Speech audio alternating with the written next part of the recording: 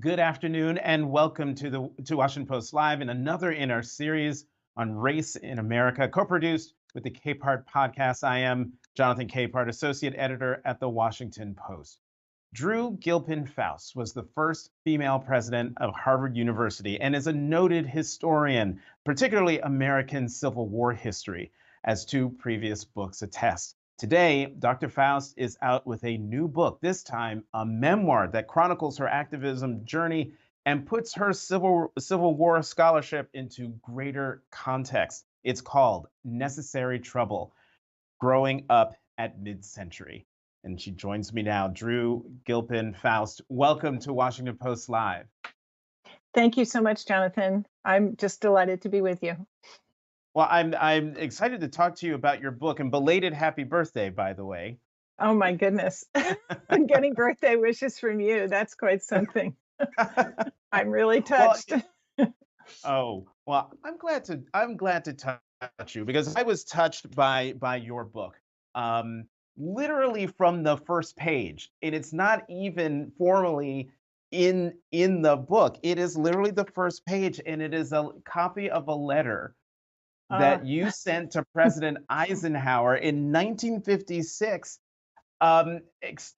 like thundering about why you as a white kid should have more advantage and be able to go to school simply because you're a white. And I bring this up, the fact that this is even before the very first formal page of your book, is because it sets up a I don't know if dichotomy is the right word, but you get your civil rights passion there in that 1956 letter. But your first chapter is about the passing of your mother on Christmas Eve, and that's where I want to begin because you struggled to connect with your mom. She often told you, and this is a quote: "It's a man's world, sweetie, and the sooner you figure that out, the happier you'll be."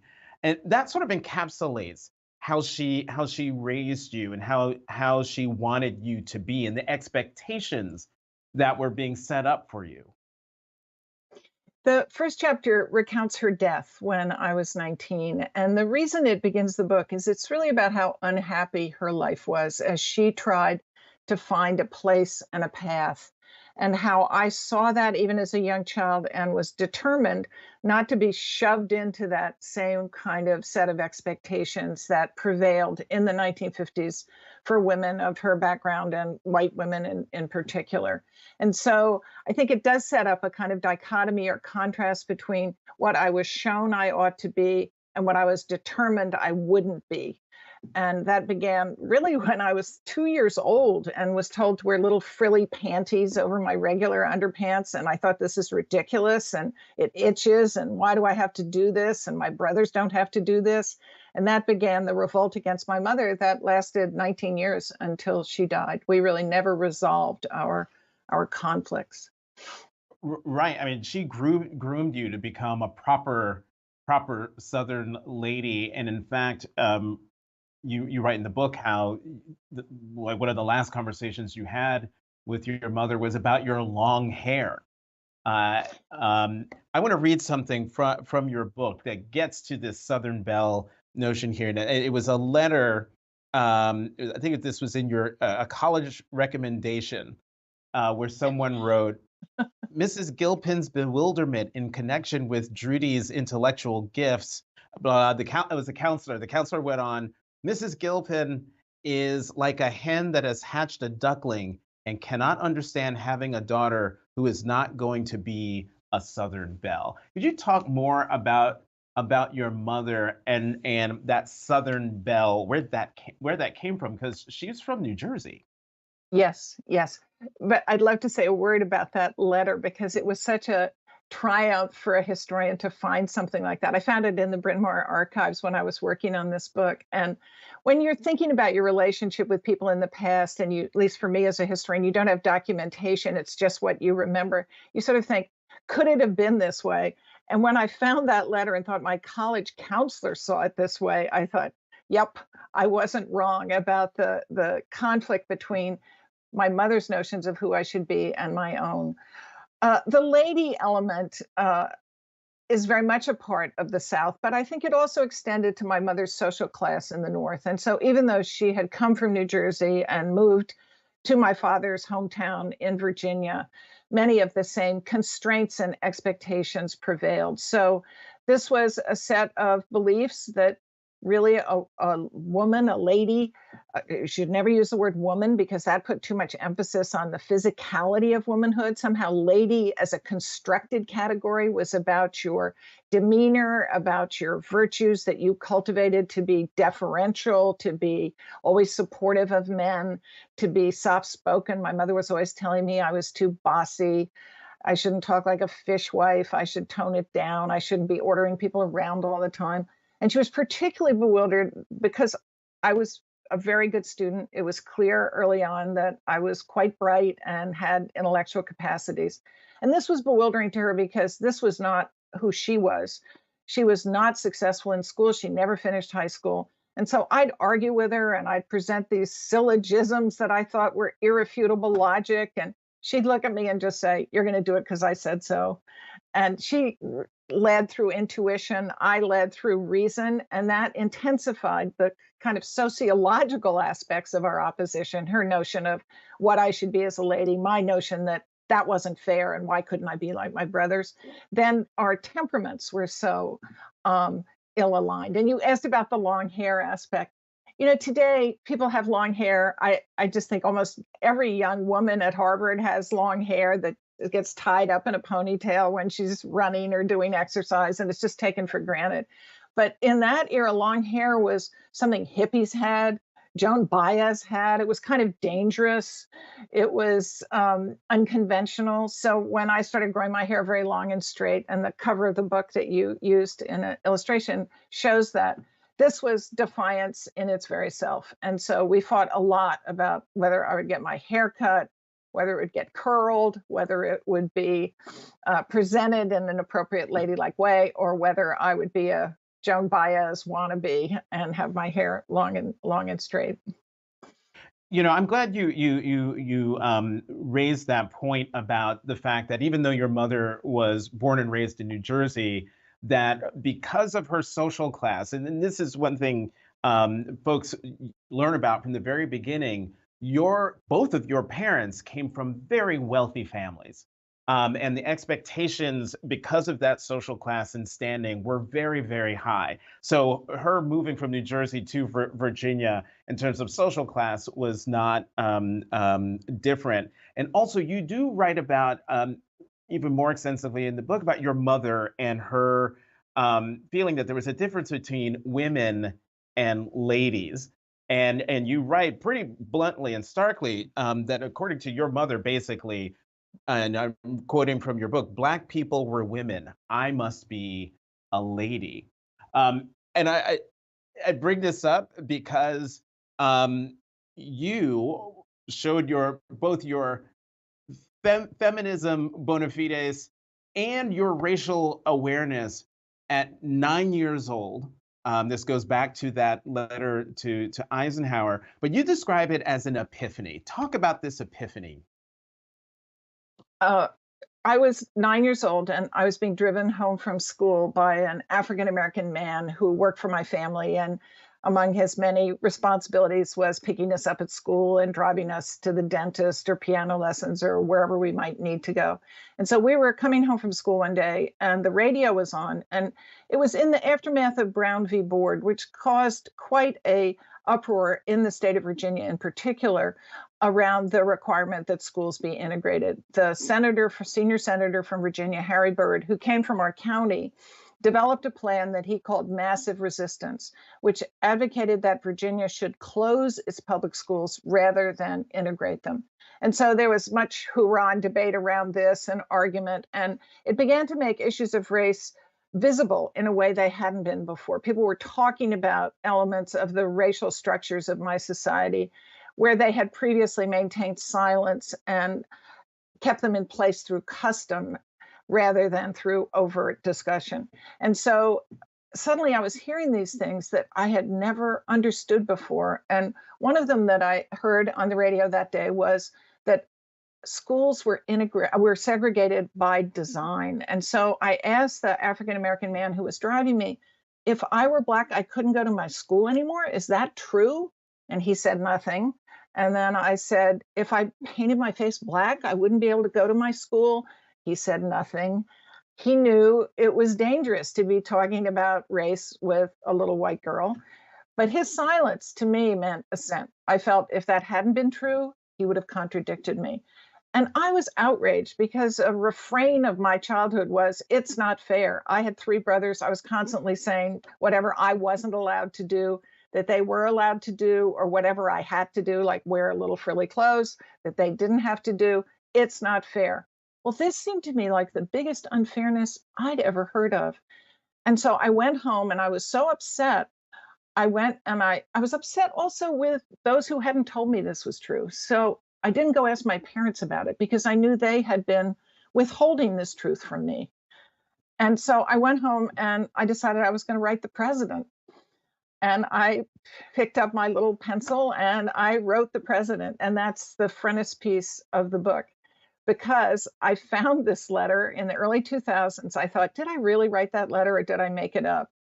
And so, being a historian, I thought, well, it should be in the National Archives. What was in the Eisenhower Library is still in the Eisenhower Library. I only have copies of it. And they provided it to me. And I was many, many, many decades later reunited with my 9-year-old self in the form of this letter ordering Eisenhower around. Right, with perfect penmanship, not in cursive, but all capital letters. And the very last thing you write in the letter is, "Please, Mr. Eisenhower, please try and have schools and other things accept colored people." And that was the language, of the time. Let's fast forward. You, as you said, you were scholastically light years ahead of your mother, and you go to Bryn Mawr, women's liberal arts college, became very active in the civil rights movement and the anti-Vietnam War movement. Can you explain what you call Bryn Mawr feminism? Bryn Mawr was a women's college with very strong intellectual traditions. And I just underscore something that I think a lot of people younger than me don't know, which is when I was going to college beginning in 1964, Princeton, Dartmouth, Yale, none of them took women. And so the Seven Sisters women's colleges were a very popular and strong choice for young women. And Bryn Mawr was one of those, often seen to be the most intellectually committed. It had its own little graduate school. And it believed that the women who came to Bryn Mawr could do anything. They were as smart as any men in the world. And Bryn Mawr would prepare them to go out and compete with those men and better those men, I believe, was the assumption. But this was a kind of feminism that, on one level, empowered us, but didn't leave us any understanding of the category of woman and the fact that there were systematic hurdles that were in place, even for the most gifted women. So when we all were launched into the world, I think many of us found with great surprise that even if we were supremely excellent, there were often forms of discrimination that kept us out of places like law schools or medical schools or the best internships or the best law firms or the best PhD programs, whatever it might be.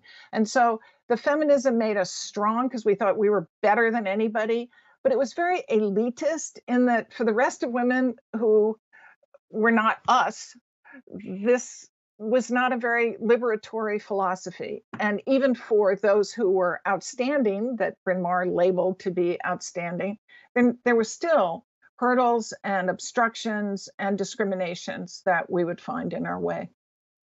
Now, during your time there, I mean, as I said before, you got very active, very socially active, protesting. In '64, at the age of 16, you joined an integrated student group traveling through the Deep South on racial reconciliation missions. First, did your parents know about that? And if they did, what was their reaction? Well, one of the reactions of my family to this book, seeing the whole story laid out in a narrative, and one of the most notable of the reactions came from a late 80s aunt I have, a kind of remaining member of my parents' generation. And she read the book, totally approved of everything, and just said, I still can't understand why your parents let you do this stuff. And I don't know why they did either, except Hmm. a couple of possibilities. One, my mother, who was charged with all responsibilities for children in our family, was getting increasingly ill, as described in the first chapter where she dies. And so perhaps her effort to control me was weakening in face of her own physical disabilities. But I also think part of it was just if these activities had some kind of imprimatur of legitimacy, and this happened through links with Quakers and quite respectable Quaker leaders who were affiliated with Quaker schools. If it had that imprimatur, they were just glad not to have me at home bothering them all summer. And better I go do all these things somewhere else rather than organize a demonstration in my own hometown or cause uproar somehow at home. So I think part of it might have been wanting to get me out of the house, but it's a little surprising in retrospect. And none of us, my brothers, my aunt, me, I just haven't figured out entirely why I was lucky enough to be allowed to do this stuff, which was so formative in my life. Right, allowed to do things like go to Selma and Ah, march with John Lewis and so many others after Bloody Sunday. They didn't did they one did they know you went to well, to join this in that was march? they didn't know. The summer in the South they did know about, but the Selma March happened when I was a first year student at Bryn Mawr College, and Bryn Mawr, in its belief in strong women, gave us a lot of independence, especially considering that it was 1964 and 5 during my freshman year, not 2023. So they simply said, if you're going to be out overnight, tell us where you're going to be. So I signed out. I can't remember if I signed out to Selma. I couldn't have done that. I must have signed out to my boyfriend's house. And he and I borrowed a car and drove to participate in the Selma March that followed on Bloody Sunday.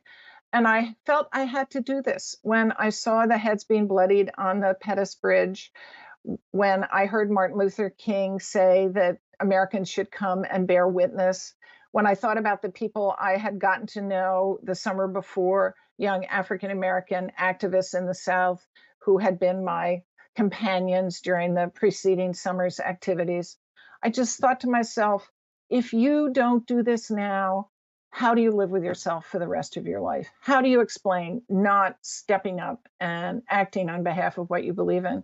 So I cut my midterms, drove to Selma, participated in the march, and then came back and dealt with the aftermath of my academic derelictions. So as I mentioned in the intro, this is, and correct me if I'm wrong, this is your third book, Necessary to Overall, Revolution. Yes. actually, it's Oh, 7 overall. 7 overall. Oh my. Mhm. Okay. Well, I'm thinking of 2 of your 7 in particular. The one from '96, Mothers of Invention, Women of the Slaveholding South in the American Civil War, and Mhm. your book from 2009, This Republic of Suffering, Death in the American Civil War. And I bring up those 2 books because I mean, you're an historian. You write books about the Civil War and the American South. But what did you uncover by making yourself the subject of your book? I wanted to write this memoir as not something that just came out of my memories, but instead situated me in a larger historical context. So part of what I uncovered was understanding better some of the forces that I had just thought were created by my family or were created by me, but I could see them as part of larger patterns in American life. For example, when I thought about my mother and her abnegation of herself in devotion to children and family, despite her misery at having to abnegate herself. It fits so perfectly with Betty Friedan's explanations of the forfeited self, a concept that was very widespread in the early 60s and had an enormous influence on white women of the middle and upper classes. So I could see that she wasn't just one person, but rather part of a larger pattern. And then there were things about my life that I could see were also part of larger patterns. One was Sputnik.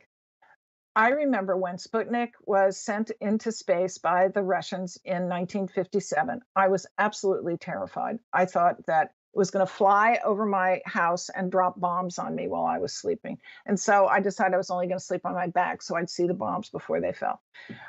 I've often thought how strange, what a peculiar little child I must have been to have such terror. But then when I began to read more widely, I realized that this was a transformative moment in American life. And for example, I found a wonderful quote from Stephen King, who's almost exactly my age. He has a birthday right around today or yesterday or right around here somewhere. And he felt the same way. He felt this was momentous because we had always been told America was the greatest. He phrases it as, I think, the fastest gun in the world. And, we were going to shoot them all down and be in charge of the world like the cowboys he adored in Westerns. And suddenly it wasn't true. And suddenly here was another reason to mistrust our parents, that they had fed us a seeming bill of goods about American dominance in science, technology, and every other dimension of life. And I believe that these disillusions, the one around Sputnik, the one around the parents had never told me that I couldn't go to school that I wouldn't be able to go to school if I weren't white, it instilled a kind of distrust. And I think the 60s come right out of that we felt betrayed by certain larger elements in what was told to us and what was reality. So those larger currents formed a basis for me to understand better, if that makes sense to you, understand better where my life was going and how individual decisions were affected by these much bigger social forces. Well, that gets to a bigger thing that you're quoted in the New York Times as asking several questions to this point about being told things by your parents. You said, how did my parents believe in segregation? How did the people who lived in Virginia 100 years before believe in slavery? How did they come to defend slavery? You told them. And also for us today, quote, what is it that we're able to convince ourselves of that blinds us to justice? Jonathan, you've just fixed on my whole career as a historian. This is what has animated me from the start.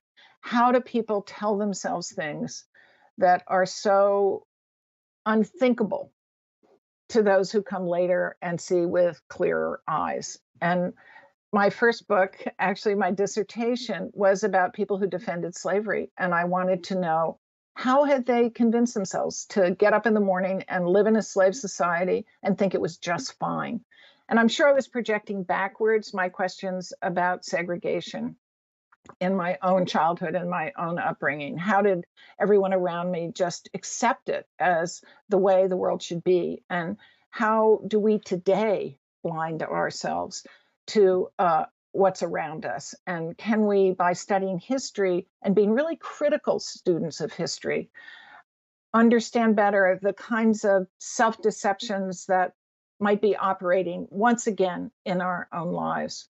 And the book I wrote about death, which you mentioned, that's a question that seems a little outside of this, but my question there is, how did Americans during the Civil War manage to come to grips with those horrors? And what are the fundamental capacities of human beings to fathom and power through something as horrible as the enormous death toll of the Civil War? So how is it that human brains take account of the world around them in ways that often enable them to do injustice in such powerful ways? Yeah, I've just took a look at the clock. We are almost out of time. This is how I know that this is a fascinating conversation, because the time flies, and I have so many questions to ask you. You've said that affirmative action really affirms that history matters, and so how is the past playing a role in the present? In many ways, I believe. First of all, we can see the lingering injustices that segregation and racial discrimination have imposed on African Americans in the present. If we take, for example, just laws that prevented African Americans from getting mortgages and getting in the aftermath of World War II and getting into the housing market and building up wealth over generations. That's one lingering reality.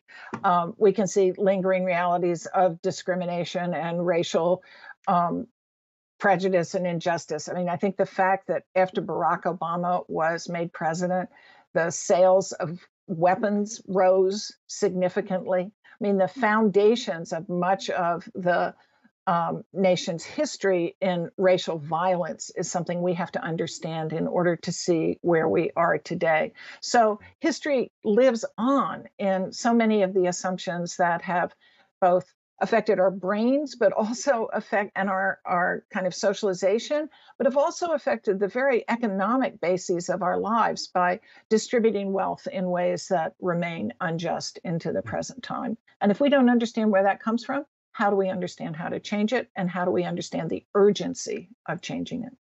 I'm going to squeeze in two questions in the time that we have left. As you look at the arc of history, Dr. Faust, what do you say to young people who think that nothing's changed since the days you were on the front lines?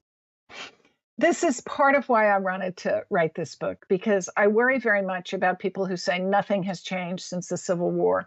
And certainly injustice has been perpetrated in ways that ranged from lynching to mass incarceration. And there have been kind of evolutionary traditions of injustice that we have not overcome.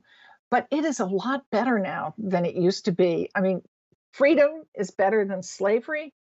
And today is better than that world I grew up in. And so I wanted to describe the kinds of repressions that have disappeared. And because they've disappeared, they're almost invisible to the present because they've disappeared so dramatically.